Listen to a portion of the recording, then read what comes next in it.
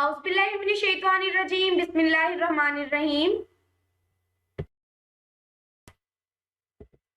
Assalamualaikum dear educarians. I hope you all are fine. I am here the 5th online lesson of class 5 science. Our today's topic is soil erosion and conservation. So students, the topic we were discussing is unit number 6, space and environment. Chapter 14, soil erosion and conservation. The contents for today's video will be, we will talk about soil formed, soil erosion and causes of soil erosion. So by the end of this lesson, you would be able to understand about importance of soil, layers of the soil and causes of the soil erosion. So the materials are required for this lesson: highlighter and red pencils, blue marker and blue pen, ruler, science textbook, science notebook along with your winter pack that has been provided you.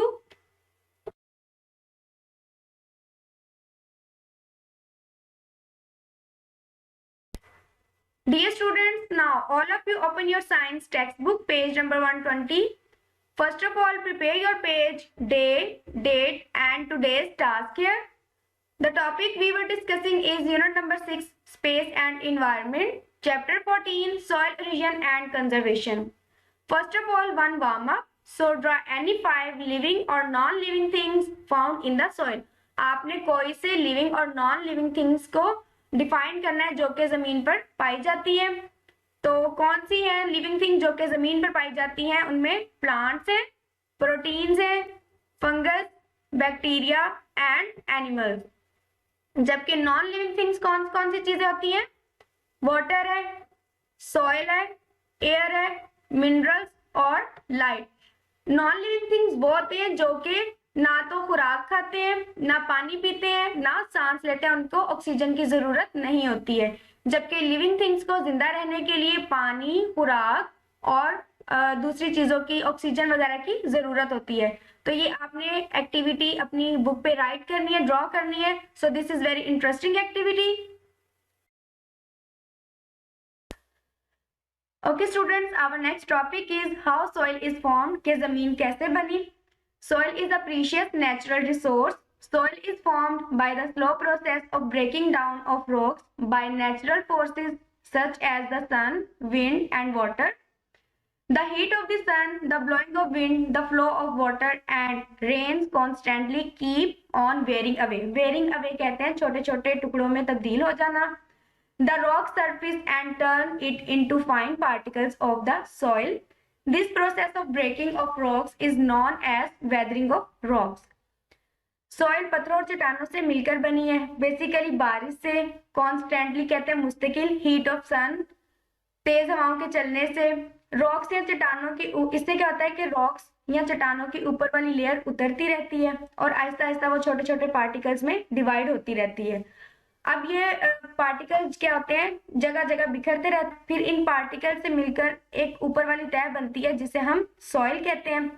अब ये जो मिट्टी के बनने का method है, like heat of sun, wind of water, blowing of wind, flow of water, इस पूरे प्रोसेस को हम वेदरिंग ऑफ रॉक्स कहते हैं. Now underline these important points. Okay students, now come to the page number 121. Our next topic is importance of soil to living things, के जिंदा जानदारों के लिए जमीन किस अहमियत की हामिल है. There are many living organisms present in the soil. Most plants grow on soil. All animals depend directly or indirectly on plants for their food. Thus soil is important for the continuation कहते हैं तसलसल को, of life on earth. बहुत से जिंदा या living organism soil में पाए जाते हैं. बहुत से प्लांट सॉइल में ग्रो होते हैं. तमाम जानवरों को डायरेक्टली और इनडायरेक्टली अपनी फूड, अपनी खुराक पौधों हासिल करनी होती है. इसलिए जमीन पर जिंदगी के तसलसल के लिए सॉइल बहुत अहमियत रखती है.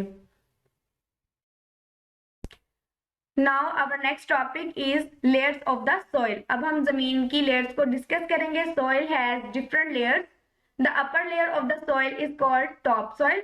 जमीन की ऊपर वाली लेयर को हम टॉप सॉइल कहते हैं. It contains most of the nutrients and water. It is dark in color and rich in humus. Seeds germinate and roots of small plants grow in this layer.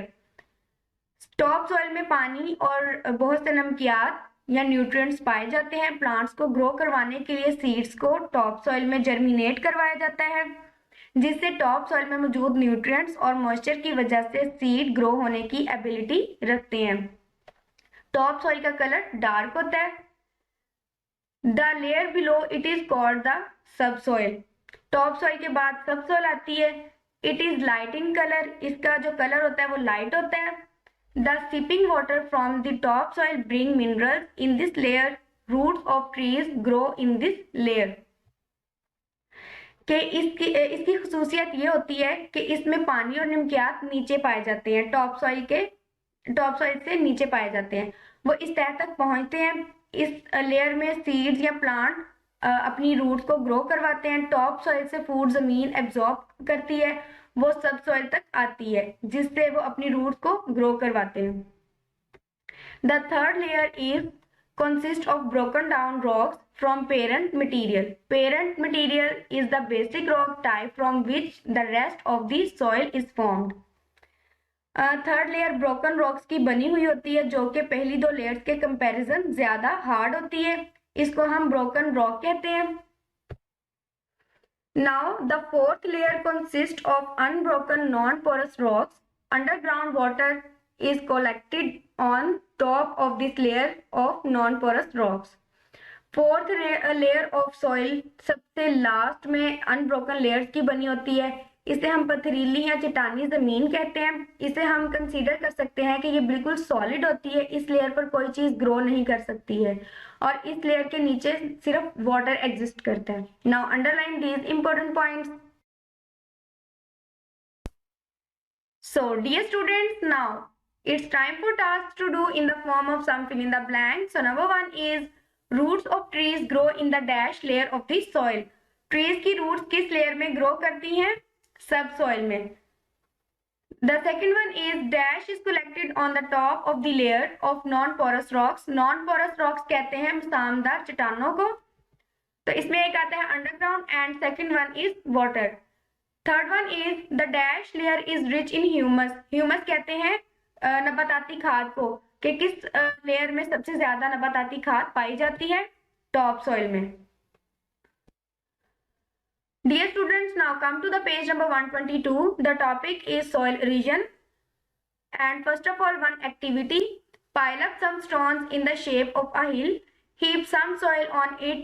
Now water it with a watering can. What happens to the soil? Means कि आपने एक stones की एक हिल बनाए, छोटे छोटे stones को collect करके और इन पर थोड़ी सी मिट्टी डाल दें और इस मिट्टी के ऊपर से पानी डाले तो क्या होगा? वो इजीली वॉश्ड अवे हो जाएगी, वहां से मूव कर जाएगी। सेकेंड एक्टिविटी है separate some dry and powdered soil on a paper, then blow air on it. What happens? तो क्या होगा? मीन्स के पेपर पर आपने ड्राई सॉइल रखनी है, फिर इसे एयर के सामने या फैन के सामने रखना है। इससे क्या होगा कि मिट्टी उड़ जाएगी, वहां से मूव कर जाएगी। इन दोनों केसेस में वो मिट्टी को वॉश्ड अवे करने का बता रहा है। तो जब ये इन दोनों तरीकों से मिट्टी एक से दूसरी जगह मूव कर जाएगी तो जमीन के ऊपरी सतह का बह जाना हम क्या कहते हैं कि ये सॉइल इरोजन है। Now, as in the above activity, in nature, soil from the hills get washed away due to rains. You can see muddy water flowing down the hills. Means ऊपर एक्टिविटी में हमने दो method पढ़े कि हमने stones को इकट्ठा किया, फिर इसके ऊपर मिट्टी डाली, देन हमने इस मिट्टी पर पानी डाल दिया, तो हमने देखा कि वो मिट्टी को अपने साथ बहा कर ले गया। जबकि सेकेंड एक्टिविटी में हमने देखा पेपर पर हमने मिट्टी रखी और इसे फैन के आगे रखा, तो इस वे से भी मिट्टी वहां से मूव हो गई।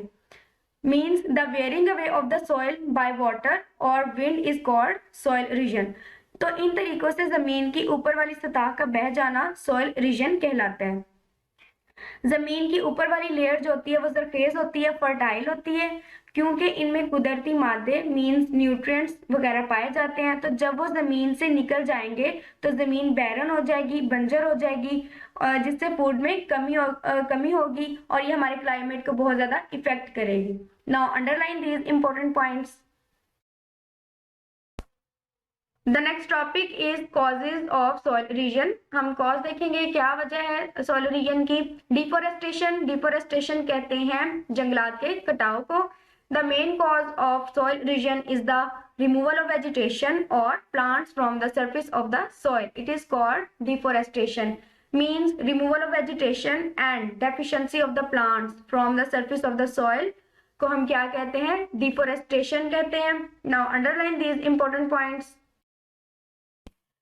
Now come to the page number 123. अब हम देखेंगे कि जमीन की फर्टिलिटी, जरखेजी किस तरह से कम होती है. Number 1 is water. Heavy rains and flowing water remove the topsoil. Rivers take away the soil from the river banks along with them. जब बहुत ज़्यादा बारिशें होती हैं तो सैलाब की पॉसिबिलिटी बहुत बढ़ जाती है. सैलाब जब आता है तो वो ज़मीन के ऊपर वाली लेयर को अपने साथ बहाकर ले जाता है. ज़मीन की जरखेज हिस्से का पानी के साथ बह जाना, उससे ज़मीन की पैदावार में कमी आती है, जिसकी वजह से सॉइल भी बंजर होने लगती है, बैरन होने लगती है. Number 2, wind. Strong wind blow away particles of soil with it. It usually take place where there is less vegetation. मैदानी इलाकों में तूफानी हवाएं बहुत ज़्यादा चलती हैं, तो उसकी वजह से वो ज़मीन की ऊपरी सतह को, मीन्स टॉप सॉइल को अपने साथ उड़ाकर ले जाता है, जिसकी वजह से सॉइल की फर्टिलिटी कम हो जाती है. Number 3, the sun. The heat of the sun is evaporation, the moisture of exposed soil and dries it up. Dry soil breaks up easily and turns into small particles. जब सन की heat की वजह से जमीन के ऊपर वाले हिस्से का मॉइस्चर खत्म हो जाता है, जिसकी वजह से जमीन में बीज के पैदा होने की सलाहियत खत्म हो जाती है, क्योंकि बीज या सीड जो होते हैं वो नमी वाली जगहों पर ज्यादा तेजी से ग्रोथ करते हैं. लेकिन जब जमीन में नमी ही या मॉइस्चर खत्म हो जाएगा तो सॉइल बंजर हो जाएगी और नाकारा हो जाएगी. तो इस तरह जिन इलाकों में गर्मी ज्यादा होती है वहां पर फसलें बहुत कम पाई जाती हैं. Dear students, now all of you open your winter pack, page number 10. The topic is Unit 6, Chapter 14, Soil Erosion and Conservation. Part B, give reasons. आपने रीजंस बतानी है क्वेश्चंस की.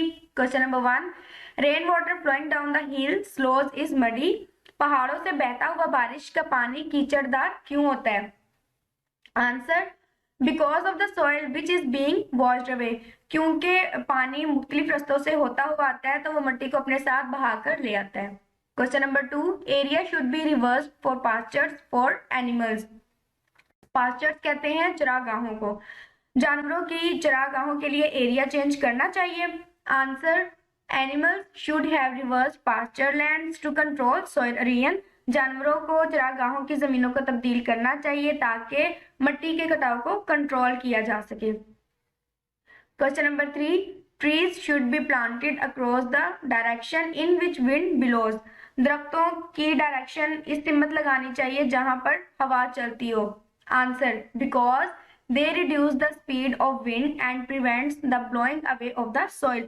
क्योंकि वो हवा की रफ्तार को कम करते हैं और मिट्टी को उड़ने से रोकते हैं. Dear students, now all of you open your science notebook and write down today's index. So today's index is Unit 6, Chapter 14, Soil Erosion and Conservation. Question answers. Part B, question number 1 till 3. Dear students, now all of you open your science notebook and first of all prepare your page, date and today's task. The topic is Unit 6, Chapter 14, Soil Erosion and Conservation. Answer these questions. Question number 1 is rainwater flowing down the hill slows is muddy. Answer. Question number 2, area should be reversed for pastures for animals. Answer. Question number 3, trees should be planted across the direction in which wind blows. Answer, because they reduce the speed of wind and prevent the blowing away of the soil. Now rewrite all these questions with the help of winter pack in your copies. Now it's time for task to do.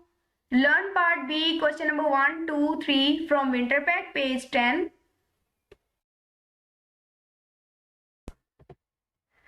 So, dear students, I hope you have understood all important points that we discussed today. So, take care yourselves. Allah Hafiz.